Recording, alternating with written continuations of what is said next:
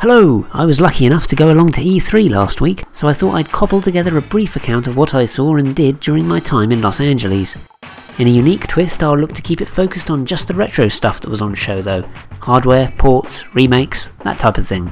I may not have had a studio to film in or any fancy equipment to shoot with, but here's my occasionally ramshackle take on the event. To start off, E3 is big, but I imagine you might have known that. The two main areas are the South and West halls, both of which house displays and demos for the largest developers and publishers in gaming. I'll check out those two places in set chapters, but before that... What would E3 be without useless pieces of plastic and merchandise? And I'll look at 4 things that were thrust at me from some of the stands throughout this video. First up is this large Persona bag. It's solidly made, but I'm not sure it's the most aesthetically pleasing thing in the world, especially with this text and picture on it. I won't be using this in public anytime soon. One thing that I noticed is that there were a lot of sequels in both halls, especially in the West where Nintendo, Sony and Microsoft were based. Sony had some nicely styled retro titles on display, including Axiom Verge, Nidhogg and Gravity Crash Ultra. There was Tetris Ultimate nearby too, which basically looks like another version of Tetris. Not much else to say about that one. Oddworld Abe's Odyssey, New and Tasty, a remake of the original title to feature Abe, was also there, and it looked great. The game's coming out on PS4, Xbox One, PS Vita, PS3, Wii U and PC. The Xbox stand, meanwhile, also had a decent indies section, but few out-and-out retro-related trinkets. Nintendo had some more traditional old-fashioned fare on show, however, including Mario Maker for the Wii U, which gives you the chance to make classic 8-bit levels.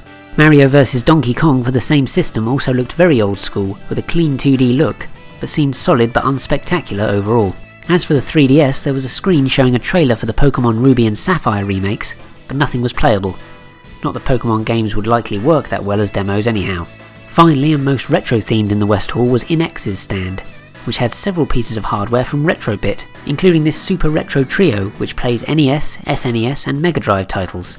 The games don't look as sharp as the RetroN 5s, more on that later, but this is perhaps as, according to the representative I spoke to at the booth, the system runs the carts directly and doesn't use any kind of emulator.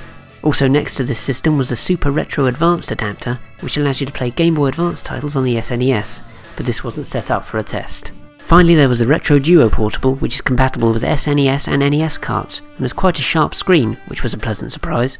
It costs just under $90 though, that's around £50 in real money. This shirt doesn't feel too cheap, so that's nice. Otherwise it's a shirt, not much more to say really, it's standard tat and not the most exciting thing in the world. In terms of retro, the South Hall was really the place to be, but before I explain why, I'll mention a couple of ports that were on display. First was the 3DS version of the Ace Attorney trilogy, and although you can't tell from the footage here, the 3D effect doesn't add very much. It just makes things look like a sophisticated school diorama, or more accurately, some of the early work of Oliver Postgate. Then there was Kingdom Hearts 2.5 HD on the PlayStation 3, but I find the combat quite limited and the concept is kind of strange, but I don't think the series is meant for me. I find a snowman Donald Duck with stick arms to be the stuff of nightmares, to be honest. Okay, this is a bit weird, but considering the sweaty bustle of the show floor, maybe it's a good idea. This is a special type of liquid that cleans your hands but evaporates while you use it too, meaning there's no need to use paper towels or those always efficient dryers. There's some vague way it's tied into the game it's promoting, but that's largely superfluous. Overall this is a strange, but not entirely pointless, piece of tat. I won't be putting it on my keys anytime soon though. As stated, the South Hall was where most of the main retro magic happened, and it was largely due to the Video Game History Museum stand. I've never seen a bigger collection of gaming's past collected in one place in all my life.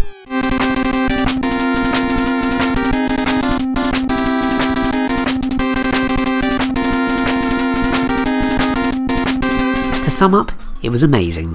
Then there was Hyperkin's booth, where I had a play of the RetroN 5. The visuals of what I played, Gradius and Donkey Kong Country, were incredibly crisp, but the system does use an inbuilt emulator, so that's probably why. The controller is decent, it's wireless for one, but there are problems with it. One is that the 8-way directional stick is perhaps not hugely accurate for games requiring specific inputs, and the buttons are click-tacular but don't feel of the highest quality.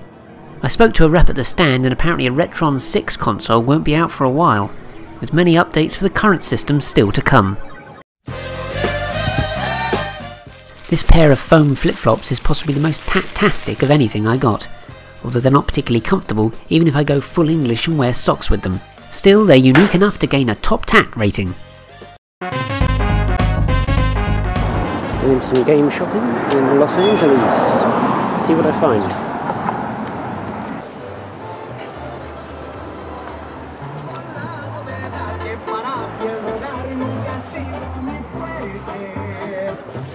He wanted $55.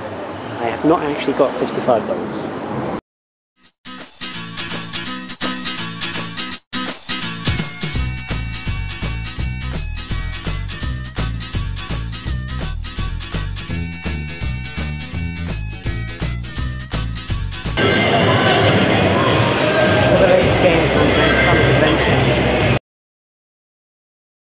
Somebody kidnapped our goat!